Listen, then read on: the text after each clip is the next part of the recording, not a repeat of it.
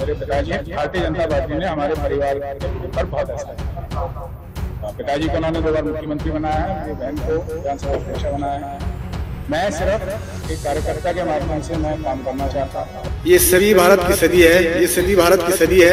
इसलिए मैंने एक समर्पित कार्यकर्ता के रूप में भारतीय जनता पार्टी में शामिल होने का निर्णय लिया है। जब 2017 में कांग्रेस का विभाजन हो रहा था बड़ी संख्या में, मैं तब नहीं गया। मुझे पदों का भी ऑफर था, सब था, लेकिन अब समय आ गया। 2022 में कांग्रेस से चुनाव लड़ा था, वो मैंने गलती महसूस की है, क्षमा मांग ली है, लेकिन इस प्रकार की कोई आगे पुनरावृत्ति नहीं होगी। मैं घर आ गया है। मैंने कहा ना, मतदान के एक दिन पहले तक लोगों का आना ये लगा रहेगा और हम सब लोग पार्टी की सत्ता दिलाते रहेंगे। और कहीं ना कहीं अब आने वाले समय में भारतीय जनता पार्टी संकट में है, बहुत बड़े संकट में है, क्योंकि ले तो जा रहे हैं, लेकिन इनका करेंगे क्या, इनको रखेंगे कहाँ, इनको बैठाएंगे कहाँ, इनको देंगे क्या।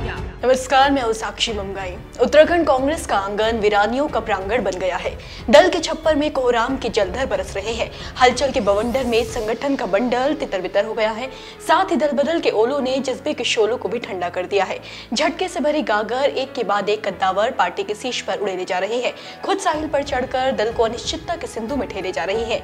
यूं ही चलता रहा तो पहले तो कांग्रेस दिग्गज से खाली हो जाएगी, फिर धाक रखने वाले नेताओं की भी कंगाली हो जाएगी। इसके अलावा पार्टी को नए चेहरों में कौशल के कण तलाशने होंगे, साथ ही रणनीति के खंड शुरू से तराशने होंगे। देखा जाए तो बड़ी ही समस्यात्मक स्थिति में है इस समय उत्तराखंड कांग्रेस, और हो भी क्यों ना। पिछले 10 दिनों में उत्तराखंड कांग्रेस के 7 दिग्गज नेताओं ने पार्टी से इस्तीफा दिया है। गंभीर बात यह है कि भाजपा के सदस्यता अभियान के वेग में अभी कांग्रेस की कुछ टहनियों का और टूटना बाकी है। उससे कांग्रेस कैसे निपटेगी या कैसे निपट रही है, किस तरह पार्टी खुद को ढांढस बना रही है, या फिर कैसे दल बदलने वालों पर निशाना साध रही है, इन सारे सवालों के जवाब जानेंगे आज की इस रिपोर्ट में। लोकसभा चुनावों से ठीक पहले उत्तराखंड में सियासी सरगर्मियां बढ़ गई है। कांग्रेस के दिग्गज लगातार पार्टी का साथ छोड़कर भाजपा का दामन थाम रही है। एक तरफ कांग्रेस लोकसभा चुनावों में भाजपा को एक तरफा जीत से दूर रखने की जद्दोजहद में लगी हुई है, और दूसरी तरफ पार्टी अपने कार्यकर्ताओं का मनोबल बनाए रखने की कोशिशों में भिड़ी हुई है। दरअसल जिस गति से कांग्रेस नेता पार्टी छोड़कर भाजपा में जा रहे हैं, उसने राज्य में कांग्रेस की मुश्किलें बढ़ा दी है। कांग्रेस के कार्यकर्ताओं के मनोबल पर इसका असर पड़ना स्वाभाविक है, खासकर कि तब जब कमल का साथ चुनने वाले वे चेहरे हैं जिनका राजनीति में दबदबा रहा है, जिनकी जनता के बीच गहरी पकड़ है, जैसे कि मनीष खंडूरी और राजेंद्र भंडारी जैसे नेता। अगर ठीक से देखा जाए तो कांग्रेस में पिछले कुछ महीनों से टूट का सिलसिला जारी है। कांग्रेस से पूर्व विधायक शैलेंद्र रावत ने पार्टी से इस्तीफा देकर अपने समर्थकों के साथ बीजेपी का दामन थामा। वरिष्ठ नेता अशोक वर्मा ने भी अपने बेटे के साथ पार्टी को लोकसभा चुनाव से पहले अलविदा कहा। इसके बाद 2019 में पौड़ी लोकसभा से चुनाव लड़ चुके मनीष खंडूरी ने कांग्रेस से इस्तीफा दिया और 24 घंटे के भीतर ही भाजपा की सदस्यता ग्रहण कर दी। फिर उत्तराखंड में कांग्रेस की प्रदेश महामंत्री लक्ष्मी राणा ने भी पार्टी को अलविदा कहा। इसके बाद गंगोत्री से पूर्व विधायक विजयपाल सिंजवाड़ ने कांग्रेस की प्राथमिक सदस्यता से इस्तीफा दिया। उनके साथ साथ पुरोला से 2 बार विधायक रह चुके मालचंद ने भी चुनावी मौसम में कांग्रेस को झटका दे दिया। वे दोनों ही भाजपा में चले गए। हरक सिंह रावत की पुत्रवधू अनुकृति गुसाई ने भी इस्तीफा दे दिया। इसके अलावा बद्रीनाथ विधायक राजेंद्र भंडारी भी कांग्रेस छोड़कर भाजपा में शामिल हो गई। उन्होंने इस विधानसभा सीट पर उपचुनाव की स्थिति बना दी। इतना ही नहीं, टिहरी से विधानसभा का चुनाव लड़ चुके वरिष्ठ नेता धन सिंह नेगी भी पार्टी को टाटा कहकर चले गए। ये कम था तो पार्टी विरोधी गतिविधियों में संलिप्त होने के चलते कांग्रेस को खुद को ही अपने 3 नेताओं पर एक्शन लेना पड़ा। चौबट्टा खाल के पूर्व प्रत्याशी केसर सिंह नेगी, पौड़ी विधानसभा के पूर्व प्रत्याशी नवल किशोर और पौड़ी ब्लॉक के प्रमुख दीपक कुकसाल को कांग्रेस पार्टी से निष्कासित करना पड़ा। यानी ये कुछ ही समय में कांग्रेस में भूचाल आ गया। बड़ी बात यह है कि ये कहना जल्दबाजी होगा कि ये तूफान थम गया है। लगता तो ऐसा है कि अभी और झटके मिलने बाकी हैं। इस समय उत्तराखंड के सियासी गलियारों में चर्चाओं का बाजार गर्म है। चर्चा है कि पार्टी के आधा दर्जन से ज्यादा नेता भाजपा के संपर्क में हैं, जिनमें कुछ विधायक भी शामिल बताए जा रहे हैं। भाजपा के प्रदेश अध्यक्ष और राज्यसभा सांसद महेंद्र भट्ट भी साफ शब्दों में कह चुके हैं कि मतदान के एक दिन पहले तक भी अन्य पार्टियों के कार्यकर्ताओं का यूं ही पार्टी में आना लगा रहेगा। भाजपा का कुनबा इसी तरह बढ़ता रहेगा। कांग्रेस के अध्यक्ष करण महाराज जिसको नाराज करते रहेंगे, हम उनको सदस्यता दिलवाते रहेंगे। मैं नहीं बता सकता कितने लोग हैं। करण महाराज जी जिन को नाराज करें हमारे पास आएंगे।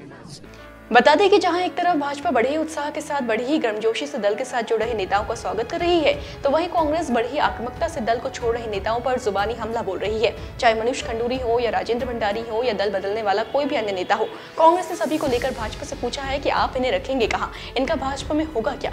इसी के साथ एक तरफ कांग्रेस के नेता अपने कार्यकर्ताओं के टूटते मनोबल को बल देने का काम कर रहे हैं, तो दूसरी तरफ ये कहते हुए कि इतने चरित्रवान लोगों का भाजपा में चले जाना अच्छा संकेत है। फिर से पार्टी जमीनी कार्यकर्ताओं के साथ दल को खड़ा करने करने का यकीन जता रही है।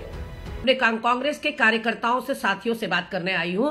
जज्बा मत खोइए, एटीट्यूड चला गया तो सब कुछ चला गया, कैरेक्टर चला गया तो सब कुछ चला गया। वो जो एटीट्यूड, जो जज्बा है पार्टी को खड़ा करने का, क्योंकि पार्टी आप लोगों से है, पार्टी इन एकाध नेताओं से नहीं है। दर्जन भर नेता गए हैं, मैंने काउंट किए, दर्जन भर नेता गए हैं कांग्रेस से, जो कि नाक में दम करेंगे आप भारतीय जनता पार्टी के। आप और मैं तो तमाशबीन बनकर देखेंगे कि उनका वहां कर्नल कोठियाल जैसा हश्र होता है या मनीष खंडूरी जैसा हश्र होता है, वो देखते हैं। तो ये सभी का चरित्र क्या है जो बीजेपी में गया है, और ऐसे जो चरित्रवान लोग अगर ये बीजेपी में चले जाएं तो इससे शुभ संकेत कांग्रेस के लिए कुछ नहीं हो सकते। हम दोबारा से पूरी मेहनत के संग अपने जमीनी कार्यकर्ता के संग कांग्रेस को खड़ा करेंगे।